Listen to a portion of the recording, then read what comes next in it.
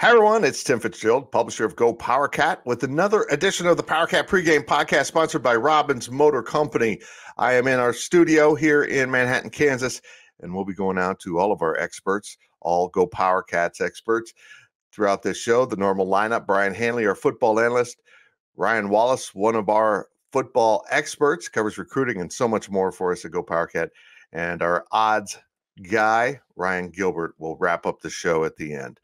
Kansas State against Troy, 11 a.m. on Saturday at Bill Snyder Family Stadium. Both teams are 1-0 after winning their openers. The game will be televised on FS1. If you're not able to attend, a sellout crowd is expected in Manhattan for that game as K-State tries to build off of its 45-0 opening victory over SEMO. As I mentioned, we are sponsored by Robbins Motor Company.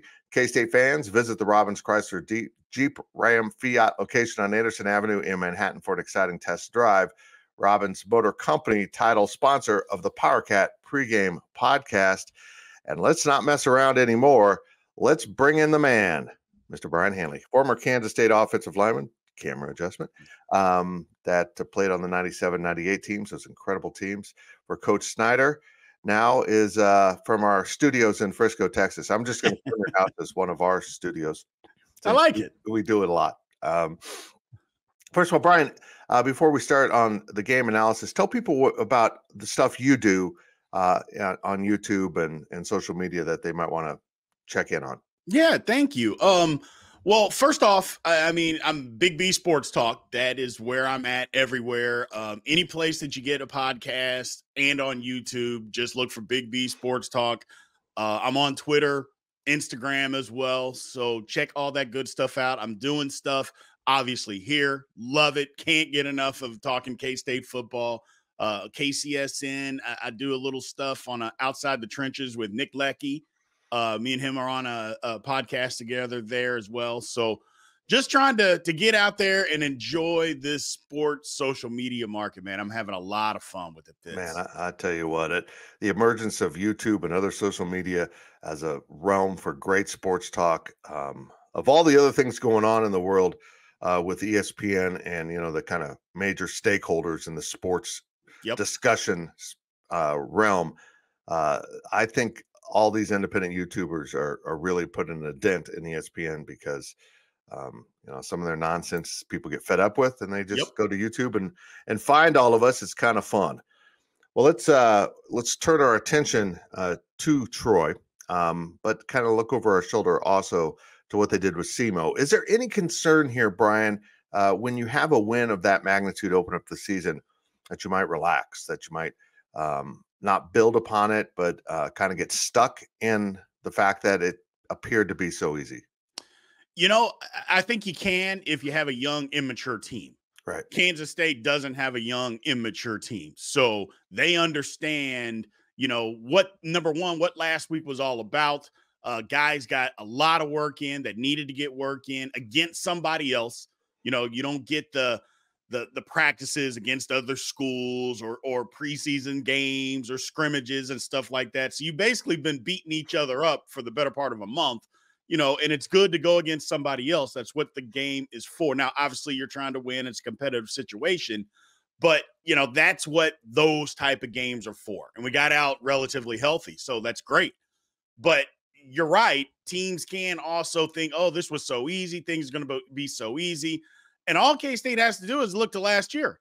And they played a Tulane team in a similar type of situation and lost. Now, let's take a step back. Tulane was way better than what anybody had anticipated. They were a very, very good football team. K-State, I think, still was better. They just underestimated them, didn't prepare, didn't have the whole game plan to play against a team like Tulane. But I think K-State as a whole, like I said, they have a very mature veteran football team. So being able to put that game aside makes it a heck of a lot easier when you have veterans that understand. Yeah, that's exactly right. I remember on this show last year talking about don't be fooled by Tulane's record. This is a pretty good team that's going to be extremely well coached. And they turned out to be that and more. We had no idea that Tulane, and maybe it was because they beat K-State, would go on to play in a New Year's Six bowl against USC and win. So I think that had panned out just fine. I think Troy might also be a New Year's Six type level team. They might be the one that comes out of the group of six or whatever it is now to end up playing in a bigger bowl because Troy's also a veteran team. They're not going to be fooled by much out there. I love Sun Belt football. I think the Sun Belt is the blueprint for the smaller conferences. I think if you're a smaller conference, the American not expanding to the West Coast told me that they get it.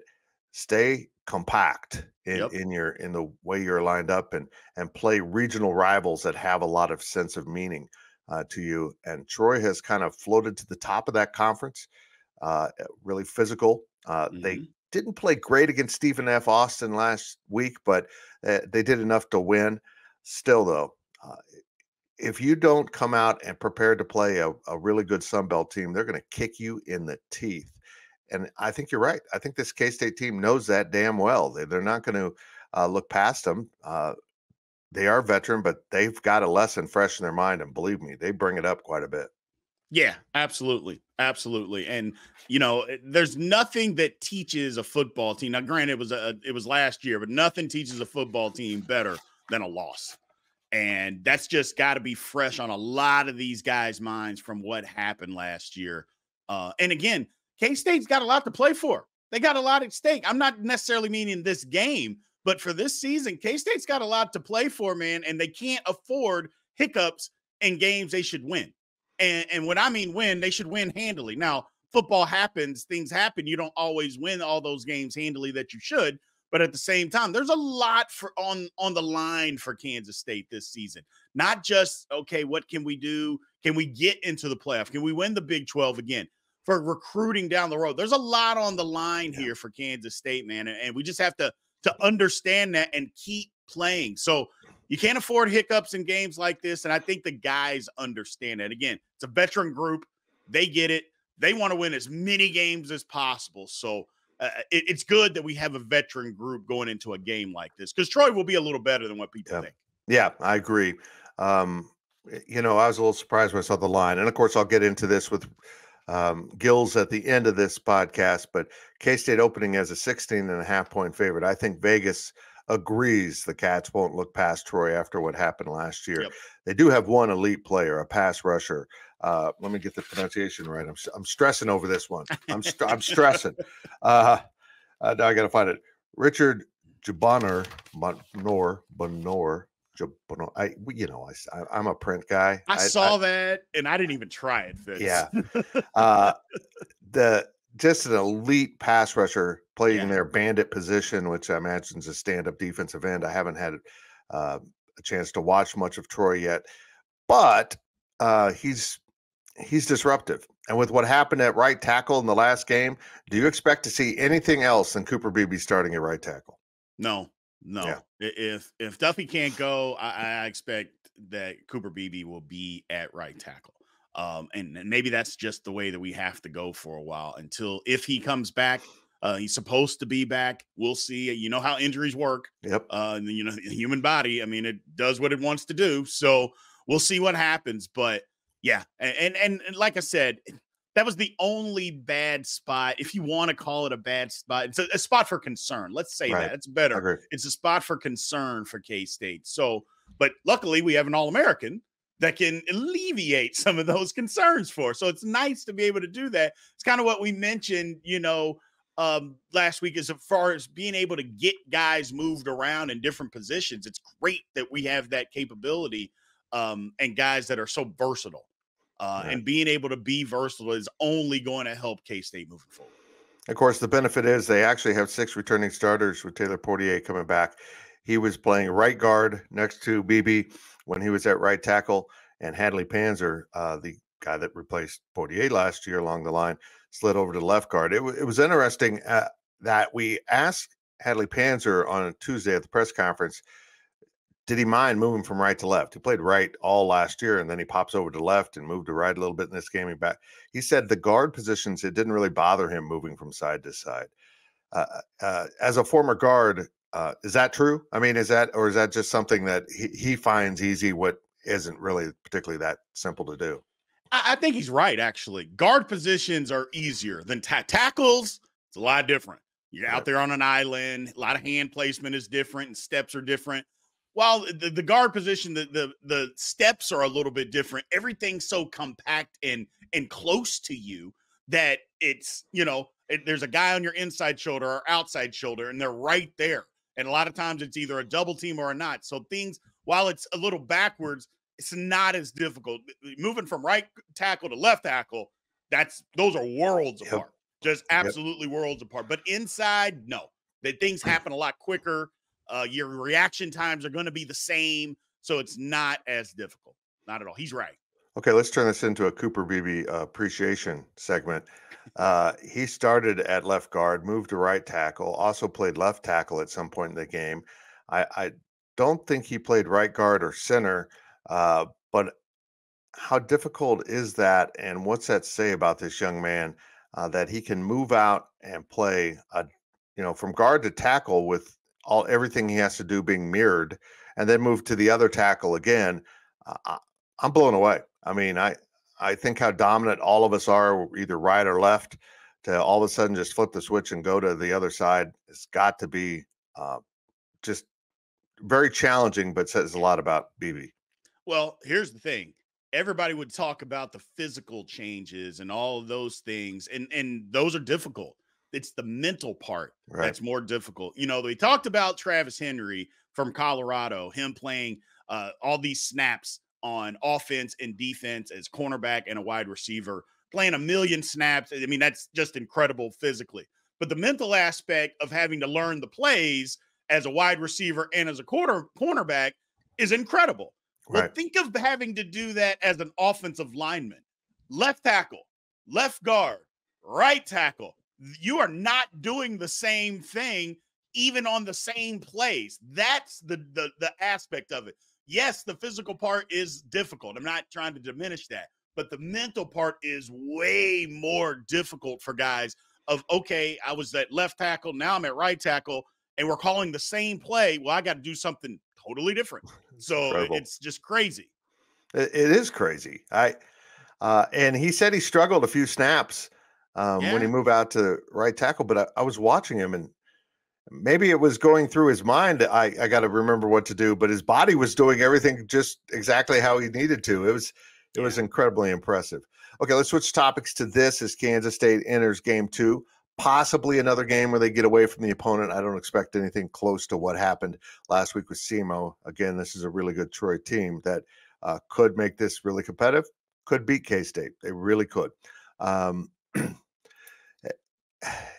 What is your opinion now in the modern era? And what I mean by that is transfer portal, NIL, of college football with redshirting. K-State played 11 or 12 true freshmen. If they can get away from Troy, they probably will continue to try to get a look at those players, including in that modern era is the ability to play 4 games and still redshirt. I have done a complete change. I've kind of followed Chris Kleiman on this. He said this at a press conference. Don't even worry about it.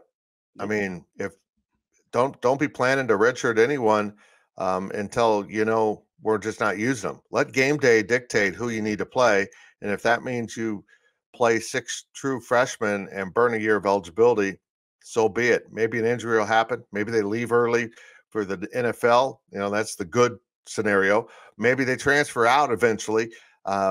Make the most of what you have of them in the immediate. It's kind of like just life. To live the day and worry about tomorrow later.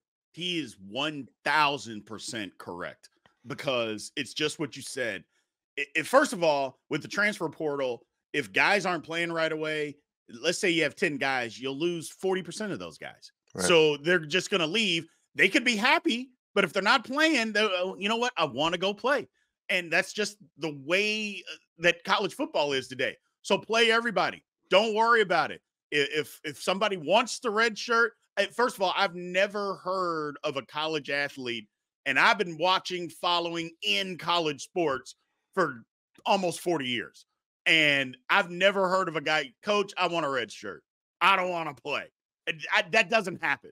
Now, they may not be physically capable or able to play, but they don't go to coaches and just say, hey, coach, I don't want to play. Nah, I just want a red shirt.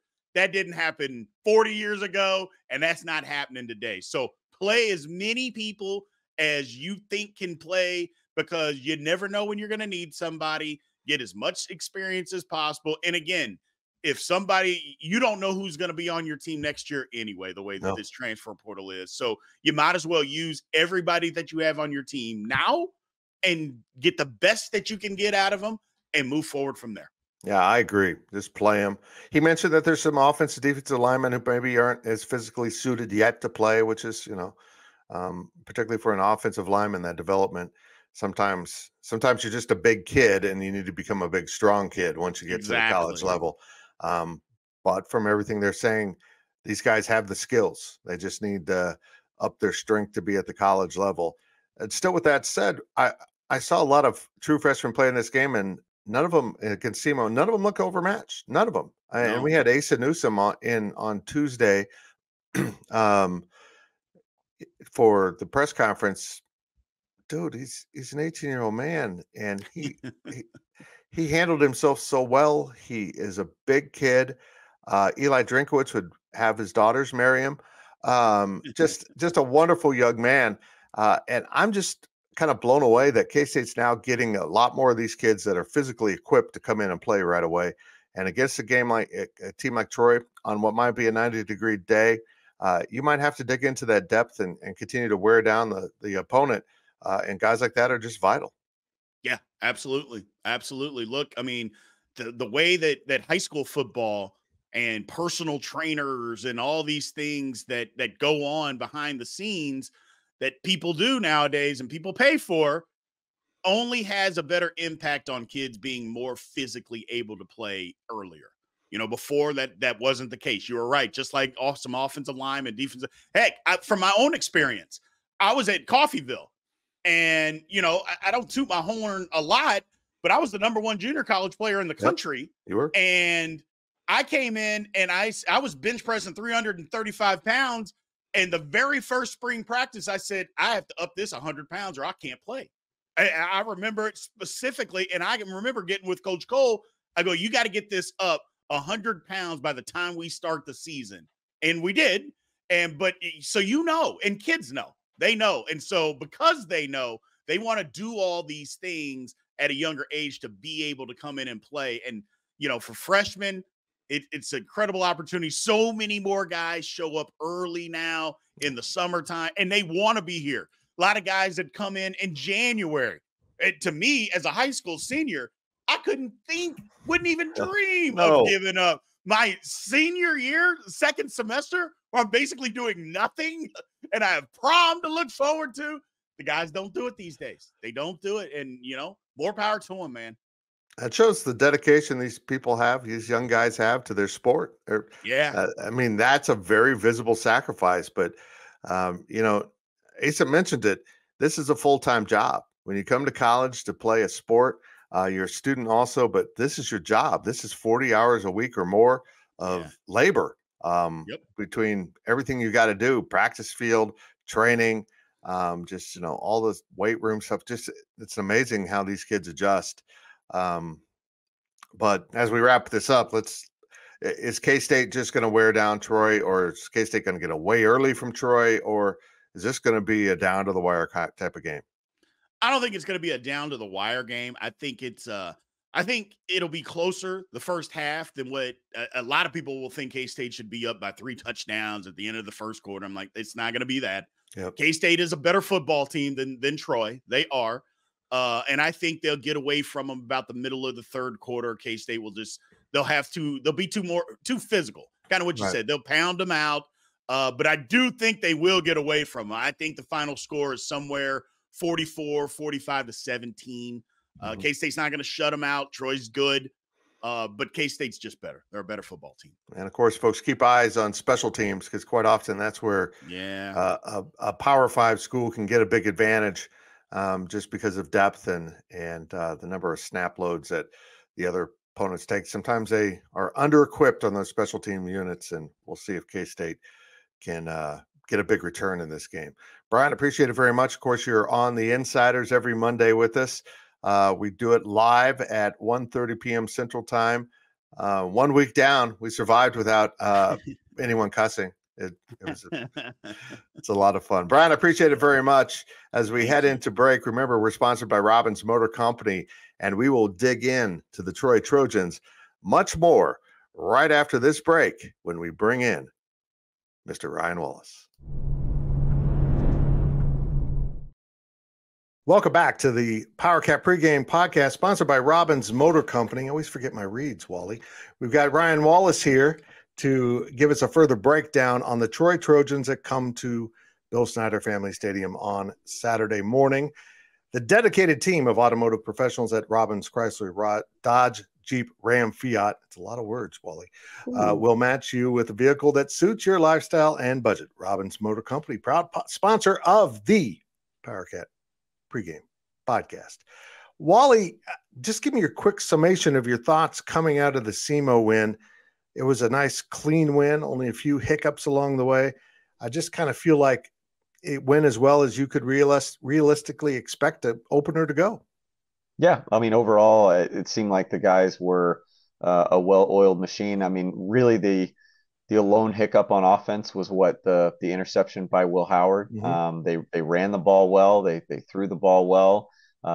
Maintained good possession of the ball. Offensively, I think the one thing that you came away with was, okay, maybe Jaden Jackson can fill in for Keegan Johnson if need be. But also, I think it goes without saying that the second wave of the starting offensive line is definitely, I think, the way that K-State should proceed. And by that, I mean Cooper Beebe at right tackle, flipping Hadley Panzer to left guard, and playing Potier next to Beebe. And then defensively, Fitz, real quick, hard to really gauge a whole lot. But you loved what you saw from some of the backups that came in. I mean, the starters did their thing. I thought maybe they had to manufacture some pressure a little bit. You'd like to see Khalid Duke, Nate Matlack, and Brendan Mott maybe generate a little bit more on their own. But at the same time, as long as they're getting pressure, it doesn't matter where it's coming from. And eager to see a little bit more from the secondary. I'm not sure we quite saw them tested that much against SEMO. K-State got away so quickly. I felt like SEMO never really tried to open up their offense to come back. You know, they just stuck in their base offense. They mixed the run and the pass. It was almost like once it got to one point, the coach is like, look, we're only going to make it worse if we start throwing the ball all over the field. Let's try to work on our stuff. And K-State just did an incredible job stopping that running game cold. Yeah, no doubt. And like I said, I think that speaks to the way that we saw the defensive line play, even without Uso. And I think it speaks to the linebacking core. They might have been the stars of the show, Fitz, because Daniel Green, Austin Moore were incredible. Jay Clifton came in and played lights out. Desmond Purnell didn't play, I thought, a ton for what we heard about from him coming out of fall camp. But, the snaps that he was in there for, he was impactful. And then, good Lord, Austin Romaine and Asa Newsom. I mean, what more can you say about those guys? So, the linebackers might have come out as one of the stronger positions from week one. Man, they're kind of set up there. They're going to lose two longtime starters and Moore and Green, but boy, those freshmen look legit. They've got a lot to learn, but boy, that's a good starting place. You brought up the guy that I want to shift now to Troy about. Having Uso back in the middle of this defense is going to be significant. I thought that the backup nose tackles did a good job, but Uso's a complete disruptor, and you're going to need it against a better opponent. No doubt. I mean, John Summerall, the head coach of Troy, mentioned Uso, didn't mention him by name, but he said they've got a big nose tackle that didn't play a whole lot.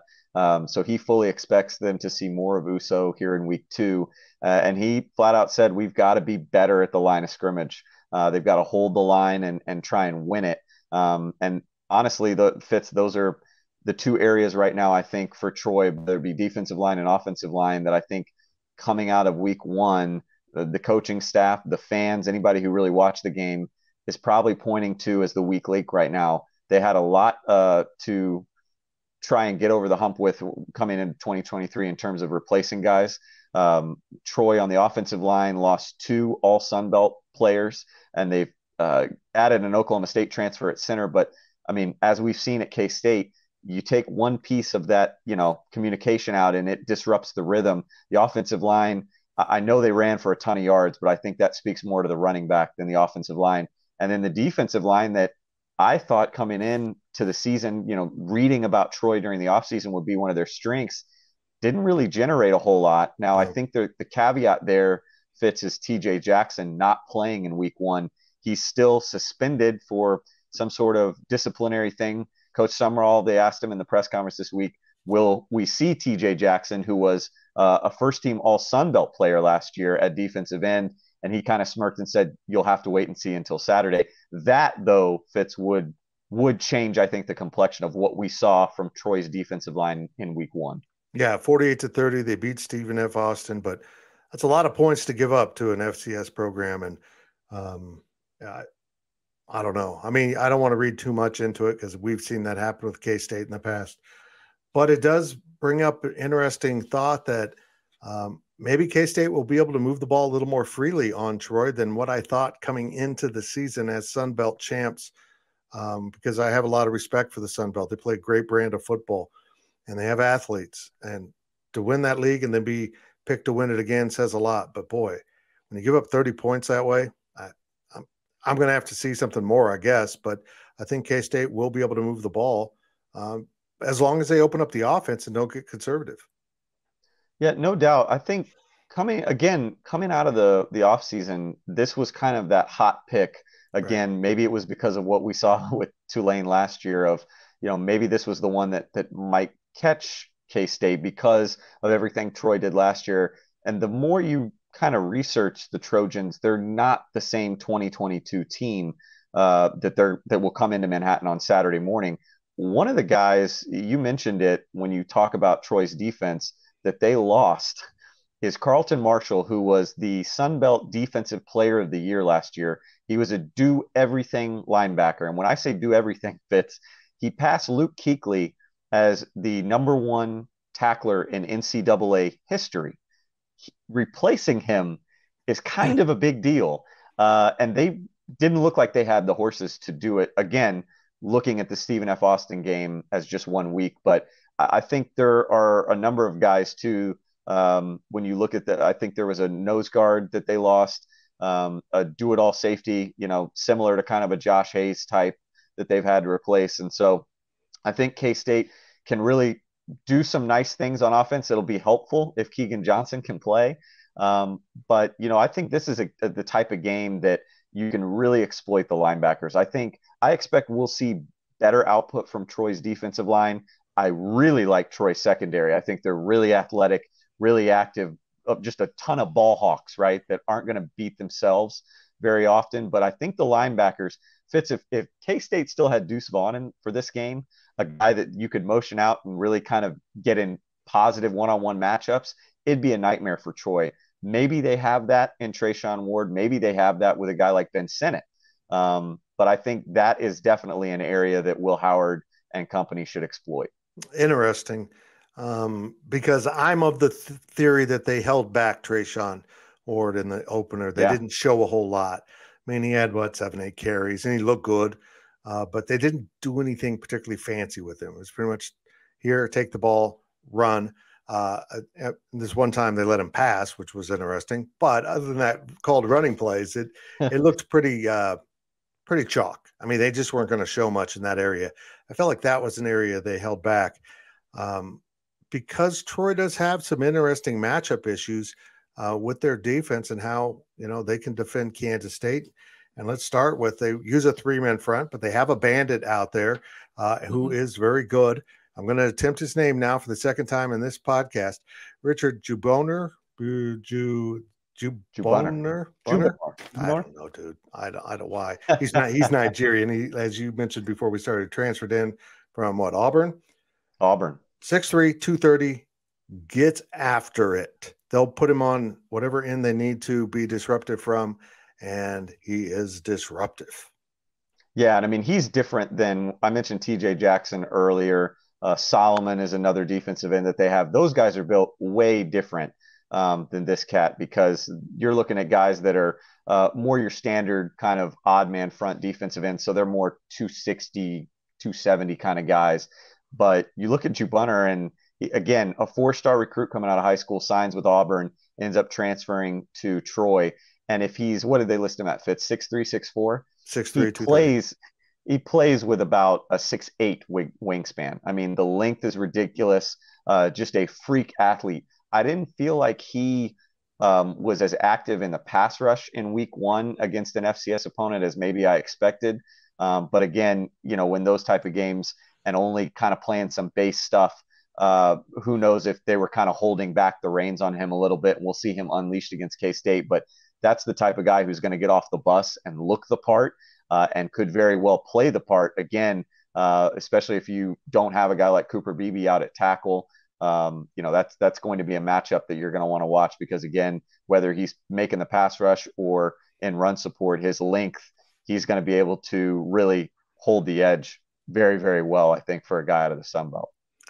This is a good offense, but I feel like if you put the game on the quarterback's shoulders, Gunnar Watson, big advantage you. He just doesn't strike me as a guy that he's going to go out and not lose you games. But if you need him to win games, maybe not so good.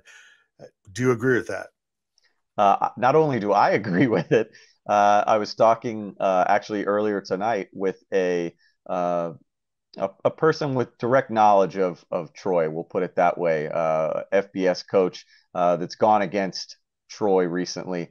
And I thought that what he told me to describe Gunnar Watson was spot on. In fact, I laughed out loud. He said, yeah, you remember the Baltimore Ravens when they won the Super Bowl? He's Trent Dilfer. Gunnar Watson is the manager that does absolutely nothing spectacular.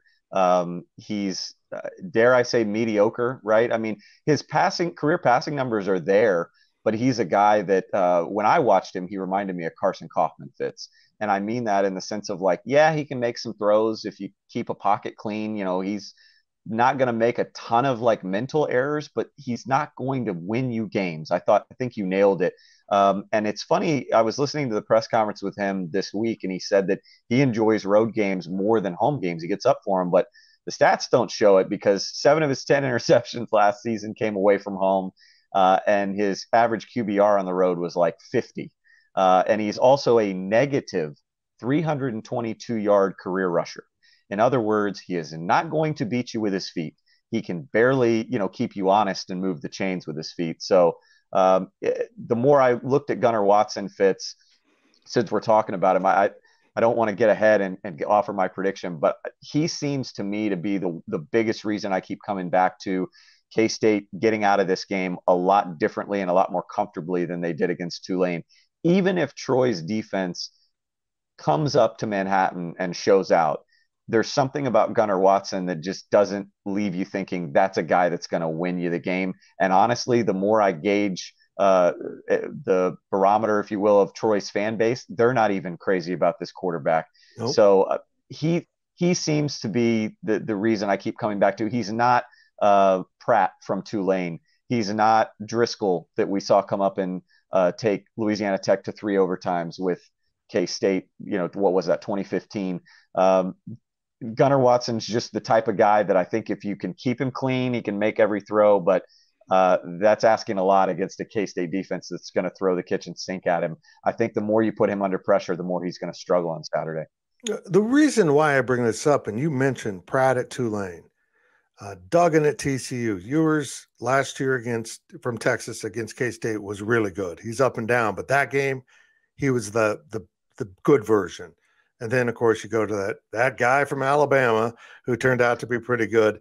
And it takes an elite quarterback, at least where this team is right now, to beat this defense.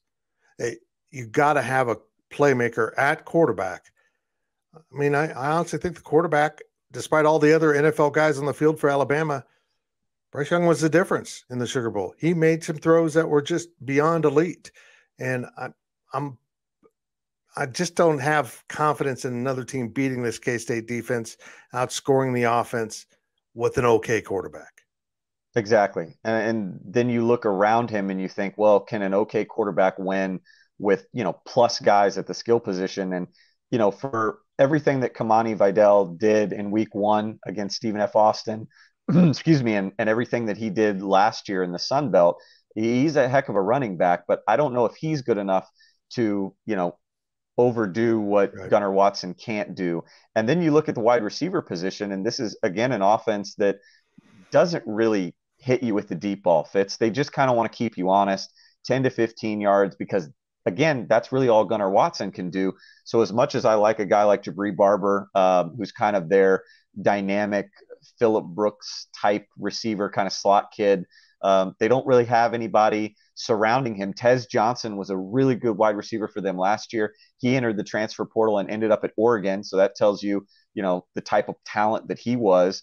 And then you have another player, Deshaun Stoudemire, that's listed as a starter on the depth chart, apparently played in week 1, but had no stats to speak of. And it sounds like his availability might be in question. So that takes another skill guy out from Gunnar Watson. So, yeah, not only do you have Gunnar Watson, but Fitz, you're right. I think the scheme itself just doesn't lend itself to taking down a starting defense that we saw play extremely sound against SEMO. Spread is 16.5. We'll bring in Ryan Gilbert after you. Does K-State cover that? I think they do. I think Troy, you'd have to go back to 2018, the last time they played an 11 a.m. kickoff. So they're already kind of in unfamiliar territory between that and the crowd size that they're going to see. First road game out of the gate. I think John Sumrall in his press conference said that they'll bring 80 to 85 guys on the plane, and he's ventured to guess about half of them have probably never played in an environment like they're going to play on Saturday. So just getting off the plane is going to be different for them.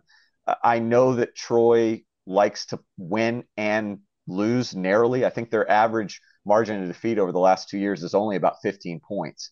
And then they were 7-1 in one-score games a year ago. But again, this is a different team from a year ago, and this is a different foe that they're facing in K-State. I think, again, K-State's offense might be challenged a little bit by this Troy defense, but above all else, even if it's a low-scoring game like Troy wants it to be, I still think K-State might end up winning, say it's 17 or 20 to nothing. I mean, this is an offense that just doesn't strike fear into me. I should probably give them more credit. They'll probably get on the scoreboard, Fitz. But my point is, you're not going to have to score a ton and still cover that spread, because I don't see this Troy offense being able to move the ball with much success. I was a little surprised the spread was that high, but Vegas always knows something.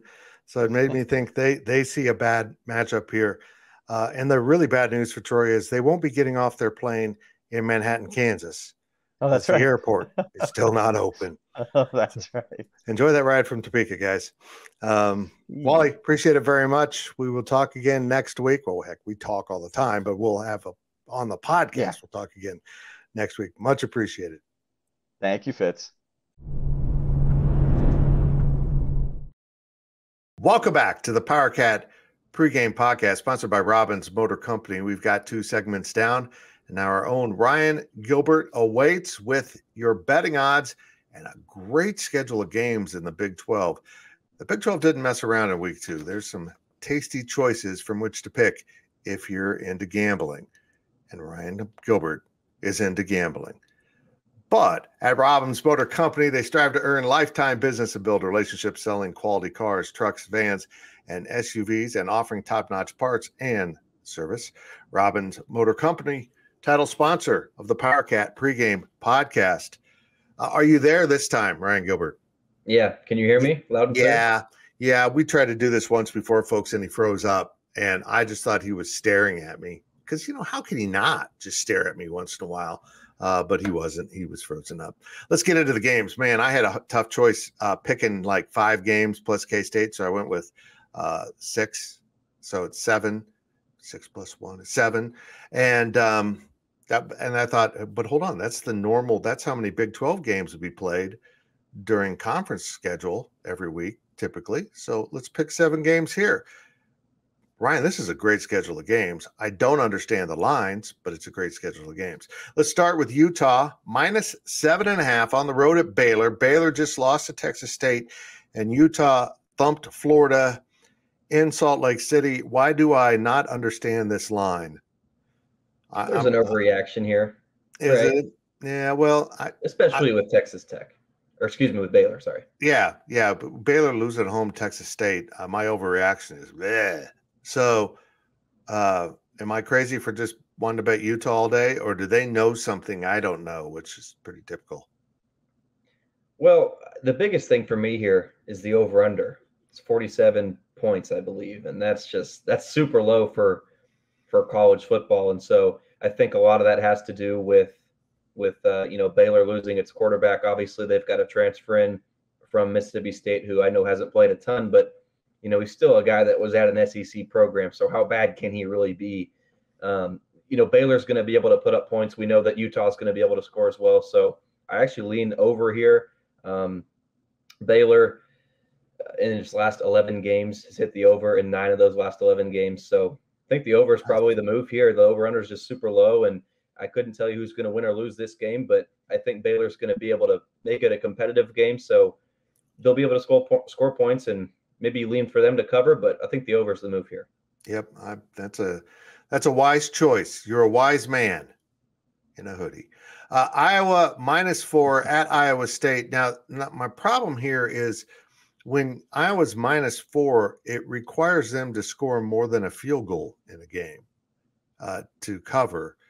I'm not sure that their offense is capable of that. Maybe they've revised their offense and it's just incredible now. And Iowa State, look, I wouldn't touch this game. I'm intrigued by the line, but with Iowa State's mess and this game's going to be ugly, where do you fall on this one? It'll be ugly, right? But yeah. Fitz, I just want to say it's been hundreds of, it's been in the hundreds here in Manhattan, and we had a high of like 85 in Manhattan today. So it's hoodie weather for all I care about. Okay, but whatever. Another over-under here, Iowa State and Iowa, the last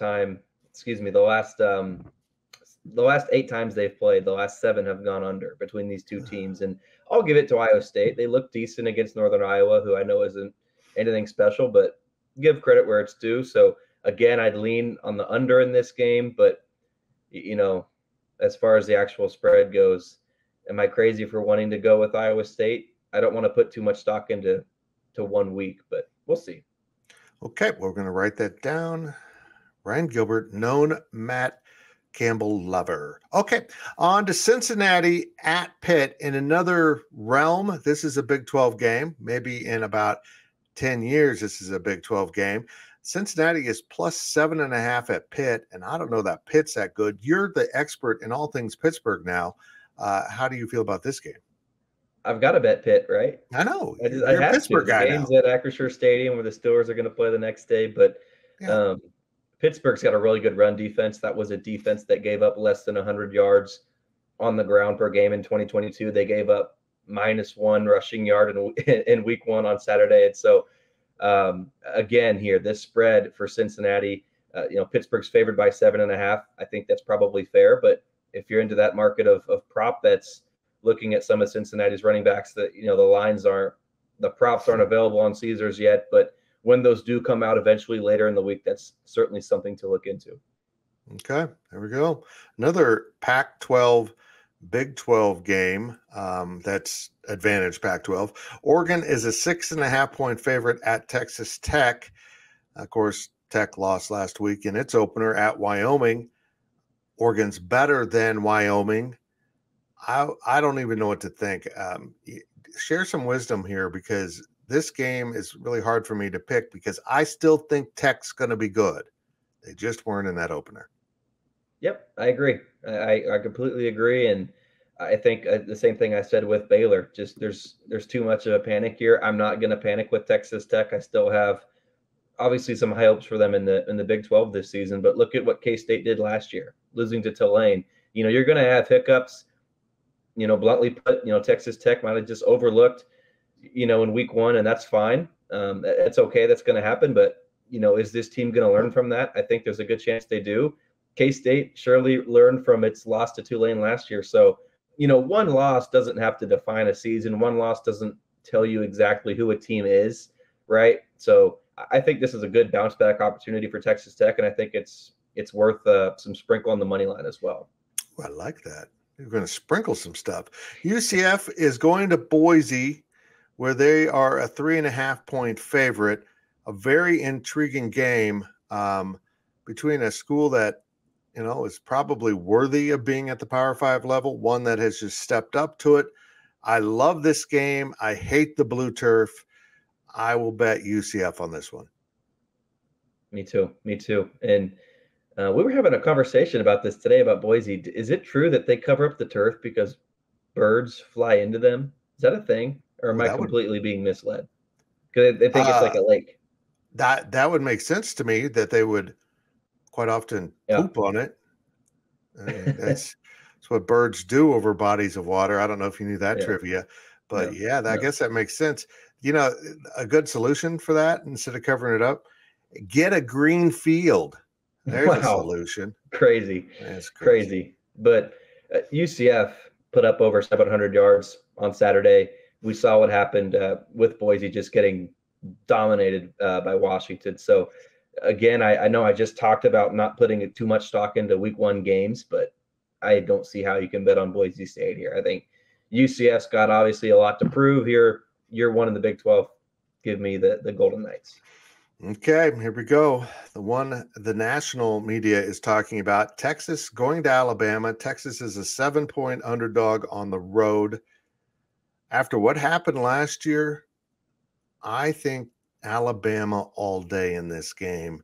But Texas is maybe the only Big 12 team at this snapshot that has the athletes, the dudes to play with the elite SEC. They showed it last year against Alabama and then didn't win enough games to get to the Big 12 title game. This could be a good game, but I think Alabama covers this. I'm going to go with Texas, Fitz. Represent the Big 12 for one last year. Right? But I think when you look at the final scores, Alabama obviously had a blowout victory and, looked better just from that perspective. But Middle Tennessee State didn't help themselves at all, had turnovers, penalties, all that stuff early on in the game against Alabama. So did Alabama dominate them? Yes, sure. I think any team would, but they had a lot of help handed to them. And whereas for Texas, I think Texas actually looked better in week 1.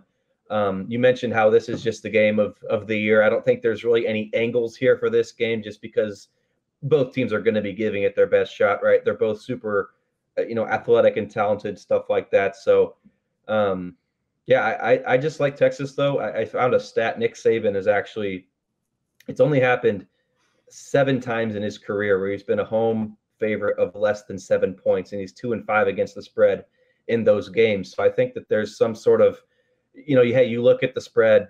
Oh, Alabama's only favored by, a couple points. This has got to be, free money, right? And obviously when the line is that low, usually more often than not, there's a reason for it. And so I think maybe with the coaching, I would take Nick Saban over Steve Sarkisian all day long, but for a whole touchdown, I think Texas can hang around in this game and has a chance to pull off the upset. I think there's more uncertainty with Alabama's quarterback situation than what Texas has, and so I'm thinking Texas here, Fitz. Wow, you are a man of many surprises. Don't surprise me here. Troy, finally, as we get to the Cats, is a 16.5-point underdog at Bill Snyder Family Stadium on Saturday against the Cats. I was a little surprised it was this high, but after doing a little research, I kind of get it. I think K-State will just win the point of attack, and they might pull away in the second half, but they'll cover that 17.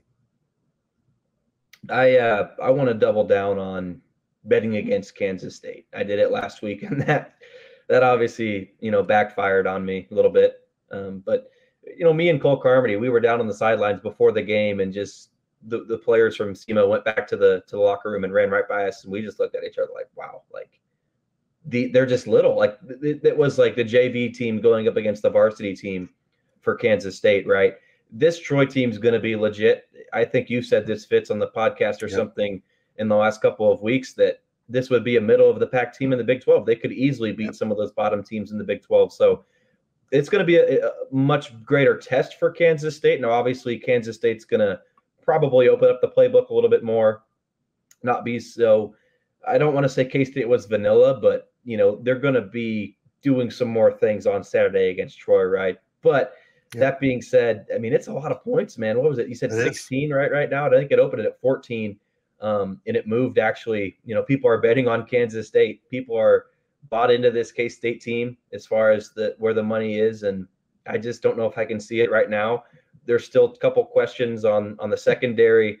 The wide receivers looked okay, but I don't know if that can be replicated here into week 2. So, give me Troy. Troy's won 12 in a row. I pulled up one more stat here, Fitz. I've got stats coming at you all day long on this, but Troy's covered in 5 straight road games, and so they can win. They know how to win, right? This is a team that I think Chris Kleiman mentioned that on Tuesday, that they won some one-score games, some close games, but good teams, they find ways to win games, and obviously Troy's been able to do that, and so I think Troy covers this game. I don't know if K-State's going to lose just because of what happened last year to Tulane. The Arkansas State loss, I think that they're going to be ready to go in this game, but it's not going to be easy. And this is really the first test for Kansas State. Like I mentioned earlier, that game against SEMO, I don't know if we should really be putting anything into it other than Avery Johnson looks like the future quarterback for Kansas State. Other than that, you can't compare SEMO and Troy. You just can't. This is, 2 completely different teams. And if K-State was favored by 16 to any team in the Big 12, I would have to take that other team than Kansas State. Okay, Ryan Gilbert. And that's where I think Troy is, right? A Big 12 team. My goodness. I don't even know you anymore, but I appreciate your input.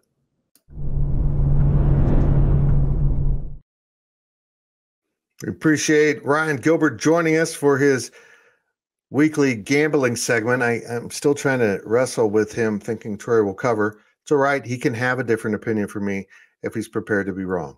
That's how it works around here. We appreciate you listening to the podcast, whether you watched it on YouTube or on a podcast platform. Reminder, we're doing so much with our YouTube channel right now. Head on over there, subscribe to the YouTube channel. It's free, but it grows our algorithm significantly. And remember, every Monday at 1:30, the Insiders tapes, but we broadcast live right there on the YouTube machine and on Twitter. So you can come check us out whenever you are free. And of course, it then exists on YouTube for all to watch from there on out. Let's wrap this up the same way we do every week with my one thing to watch for K-State fans who might be in attendance at Bill Snyder Family Stadium or watching at home. The game is on FS1. It kicks at 11 a.m. For me, it's about the running backs, and I'm really interested to see the rotation. DJ Giddens had a really nice opener going over 100 yards. We saw some flashes from Trayshawn Ward of what he can be, but I also suspect the coaches kind of kept in reserve a lot of the stuff they've put into this offense for Trayshawn Ward.